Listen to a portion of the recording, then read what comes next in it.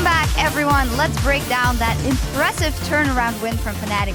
Starting at the start, as always, picks and bans. Trev, what was the most notable thing for you? Oh, I felt very strongly about the Thresh pick. First round pick for Fnatic, they locked in Lucian and Morgana. And we were sitting upstairs and we were like, well, we've seen Yellowstar play Morgana, we've seen Yellowstar play Thresh this week already. He played Morgana early in the day, had a great game with it.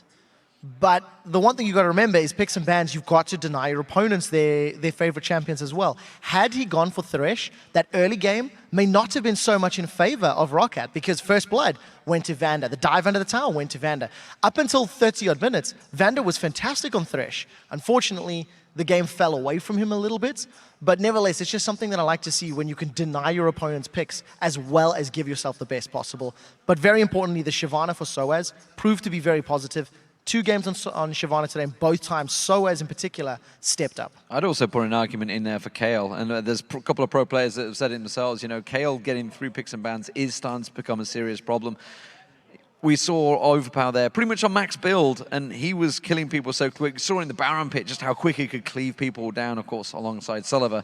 So there's a lot of damage there, and Kayle's kind of becoming the new super-powered mid laner that people are starting to love. Absolutely, we've seen it on Jess's as well.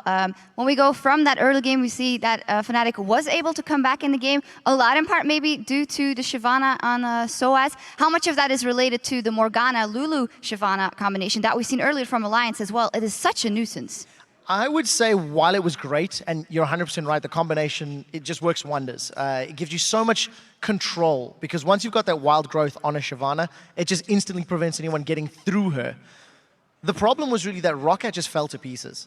They had a couple of very strong plays, and then got caught out of position. You know, Fnatic just found opportunities that they pounced on instantly, and ROCCAT couldn't respond. And the problem was, of course, once they got that Baron, they caught out. They got caught out in the mid lane.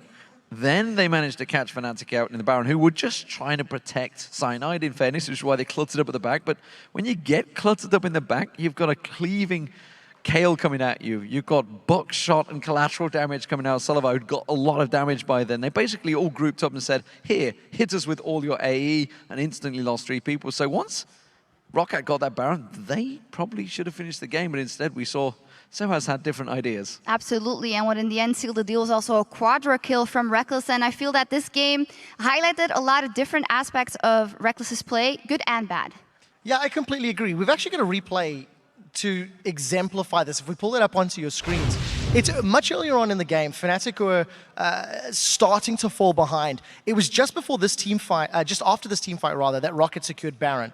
Now, when we roll this clip out, keep your eyes on Rekkles. He's going to start chasing Xaxis and going very deep. So let's roll this one right now. And once again, take a look at Rekkles on Lucian. Fnatic, they're trying to push for the inner turret. Decide that there is a kill on Xaxis, and instead of, you know, focusing down the objective, they dive super deep. So here comes the culling.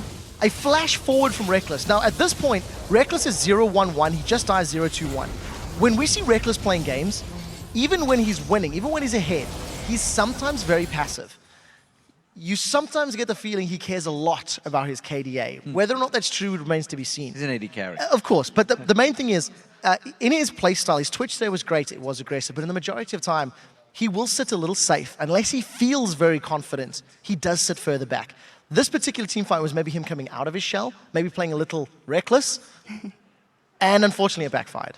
Let's finally quickly touch on what we've seen from Fnatic here in this Super Week as they won the playoffs in the Spring Split. D-Man, what do you make of their form right now? Yeah, it's interesting because obviously everybody's been saying how bad they started off. And honestly, they did. They started off 0-2, but you've got to realize they've played the top 4 that finished Spring Split. They've come out 2-2. That actually, on record, is not too bad. You know, so overall, it's not been a bad Super Week, despite the disastrous start of 0-2 in the first 2 days. Yeah, I think for me, the biggest issue coming out of this week is trying to value our teams under-practiced and under-prepared, which is why we're having these swings and why we're having these wild results. And today, we've had pretty stompy games for the most part. Or is it a matter that all of the teams in Europe are just so close to one another in skill level? Unfortunately, it's going to take more time before we actually see how the cookie crumbles. But it has been very interesting, and I keep saying it, there's so much to talk about because you have the #1 team that goes 0-2. They decimated Copenhagen Wolves. They were losing to ROCCAT, And I would still say ROCCAT's mistakes allowed Fnatic back in the game. So there's a lot to think about coming out of the Summer Split's first week. And that's why we love the beginning of the split and the entire split, of course. Now, for a lot of the European teams, watching SKT's dominating victory at All-Star Paris provided a wake-up call. For the Super Hot crew, they realized the importance of having an analyst join the team. But will it help bring the players together and improve their strategy?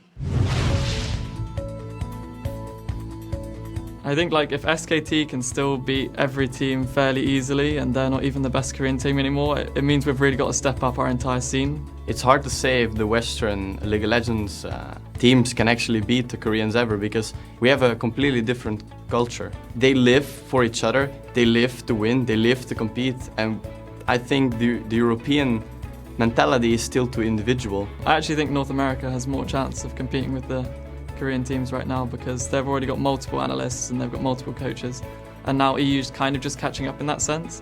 I think we need to really learn more of the macro strategy behind the game before we can beat them. I think it's going to be hard without more support staff if we ever want to compete with the Asian teams. If we strive to actually work together with the analysts, work together with each other at all time, we have a chance to beat everyone. It's not like we're less skilled. It's all about us now working together as a whole, while they have been doing this for years. So if we try to be more like that, then we can beat them.